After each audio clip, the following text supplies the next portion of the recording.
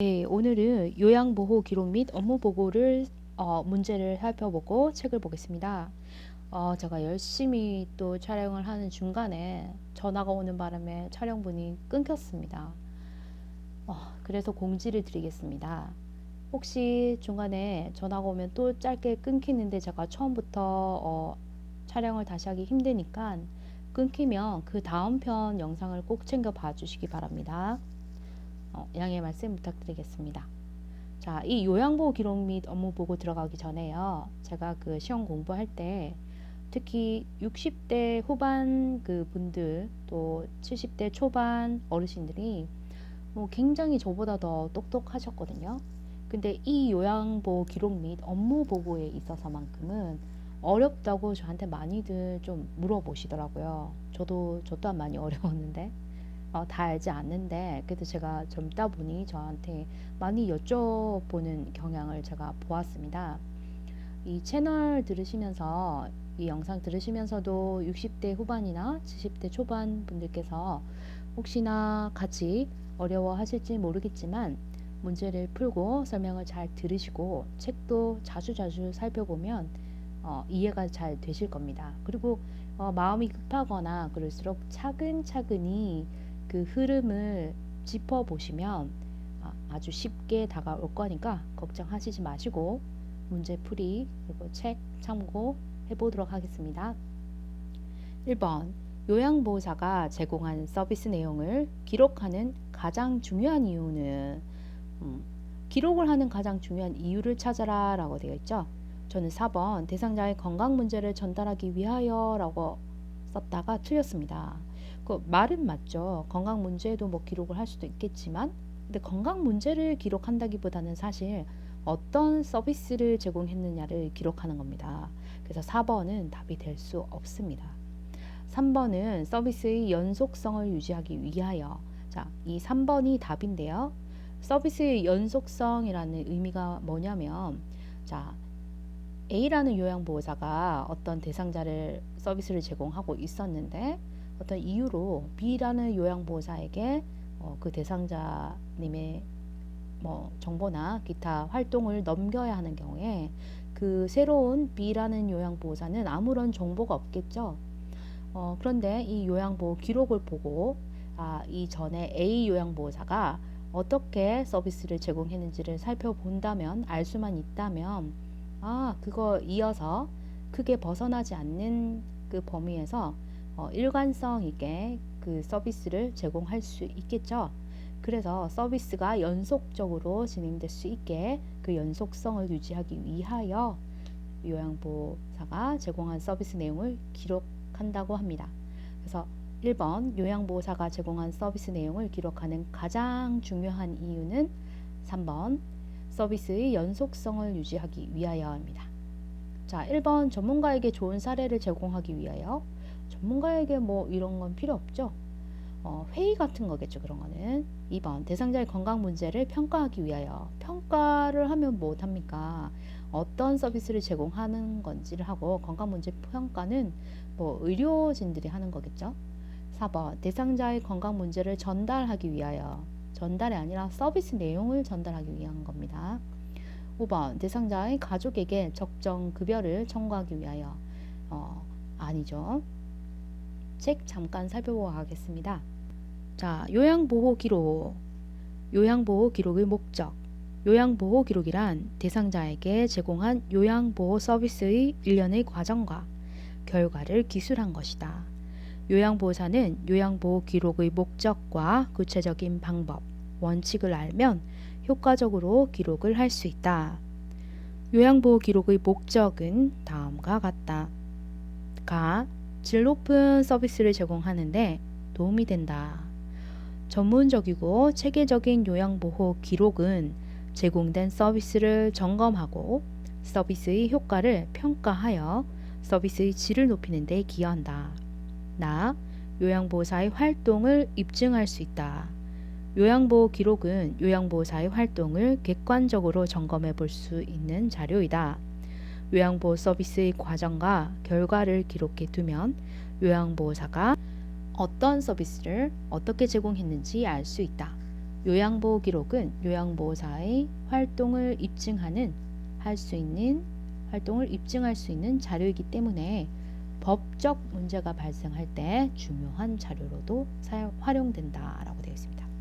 자, 어떤 서비스를 제공했는지는 뭐 마사지 했던 기록, 산책, 청소 등을 했다는 기록을 보면 알 수 있겠죠. 다 요양보호 서비스의 연속성을 유지할 수 있다. 그죠?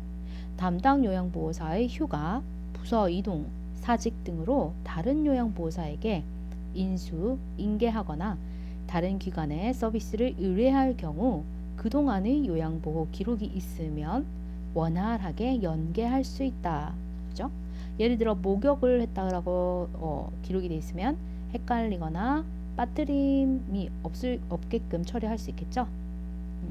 자, 시설장, 다른 말로 하면 센터장이죠. 시설장 및 관련 전문가에게 중요한 정보를 제공한다.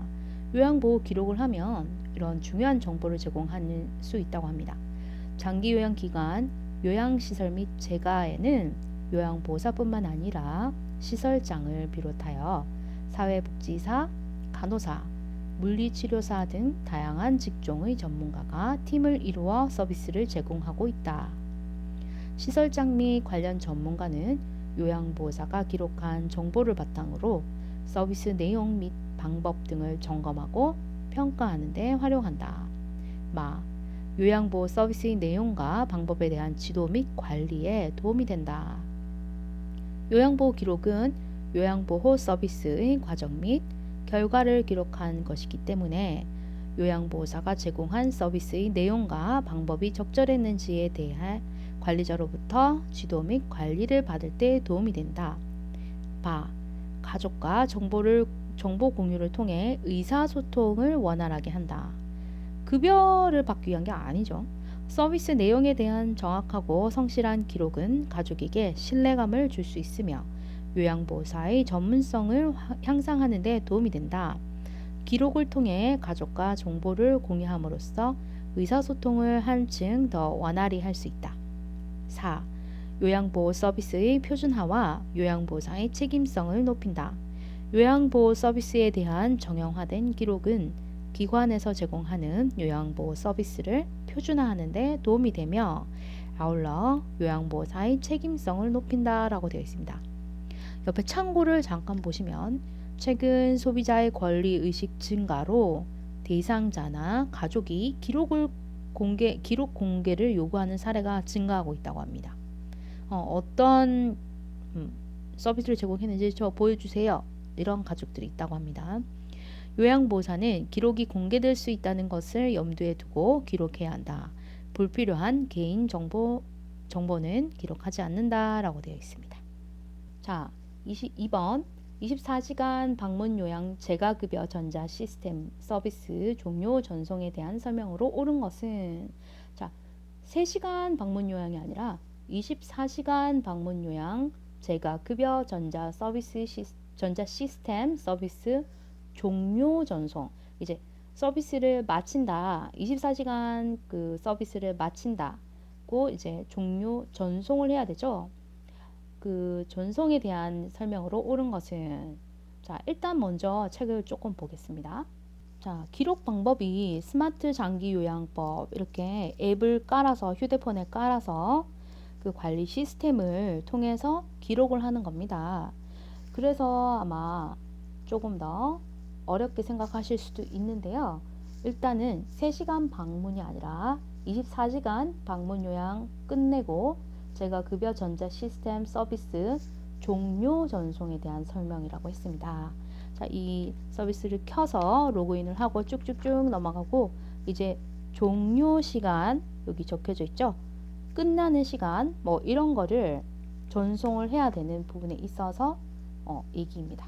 여기 3번에 보시면 서비스 종료 전송이라고 있는데 이 부분은 책을 차근차근히 한 번 더 보시면 되겠습니다. 먼저 그 종료 전송에 대한 설명으로 옳은 것은 5번입니다.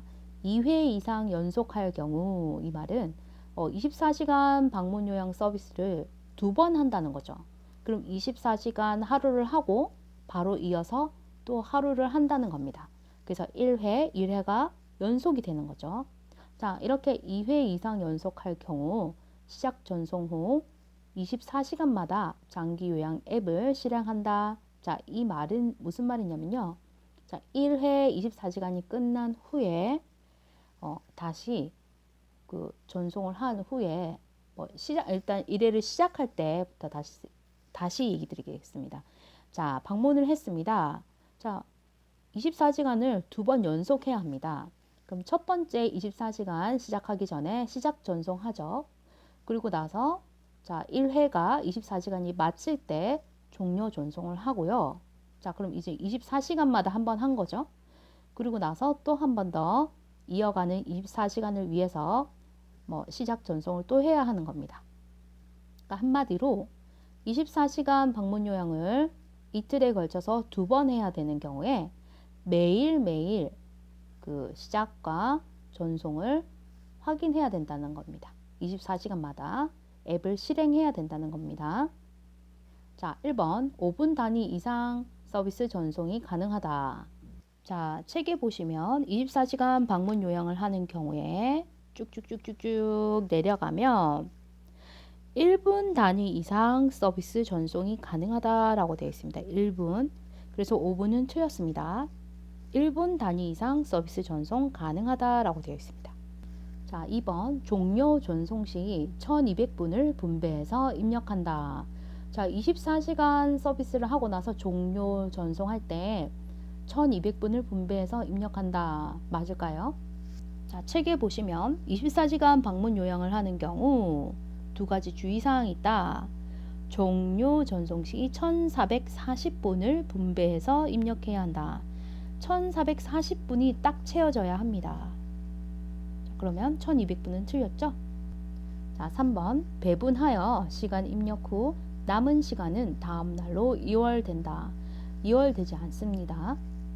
자, 여기 24시간 방문 요양하는 경우에 쭉쭉쭉 내려오시면 남은 시간이 0분이 되어야만 서비스 전송이 가능하다라고 되어 있습니다. 그러니까 1440분을 분배해서 입력할 경우에 예를 들면 신체활동 지원 서비스에 1000분, 가사 및 일상생활 지원에 440분이 돼서 이 합계가 1440분이 되어서 남는 시간이 0이어야 된다고 합니다. 자, 남는 시간이 생기면 2월이 되지 않고 잘못 전송하는 셈이 됩니다. 때문에 남은 시간이 0분이 되어야만 서비스 전송이 가능하다라는 것을 꼭 기억하시기 바랍니다. 자, 4번 시작 전송 후에 24시간 경과 후 10분 이내에 전송한다. 시작 전송 후 24시간이 경과한 후에 10분 이내에 그 종료 전송을 전송한다. 10분 이내에 하는 건 맞을까요? 자, 마찬가지로 24시간 방문 요양하는 경우에서 쭉 내려오시면 태그 인식 후에는 5분 이내에 종료 전송을 하여야 함이라고 되어 있습니다. 5분 이내에 종료 전송을 해야 합니다. 10분 이내에 틀렸습니다. 자, 따라서 24시간 방문 요양 재가 급여 전자 시스템 서비스 종료 전송에 대한 설명으로 옳은 것은 5번 2회 이상 연속할 경우 시작 전송 후 24시간마다 장기 요양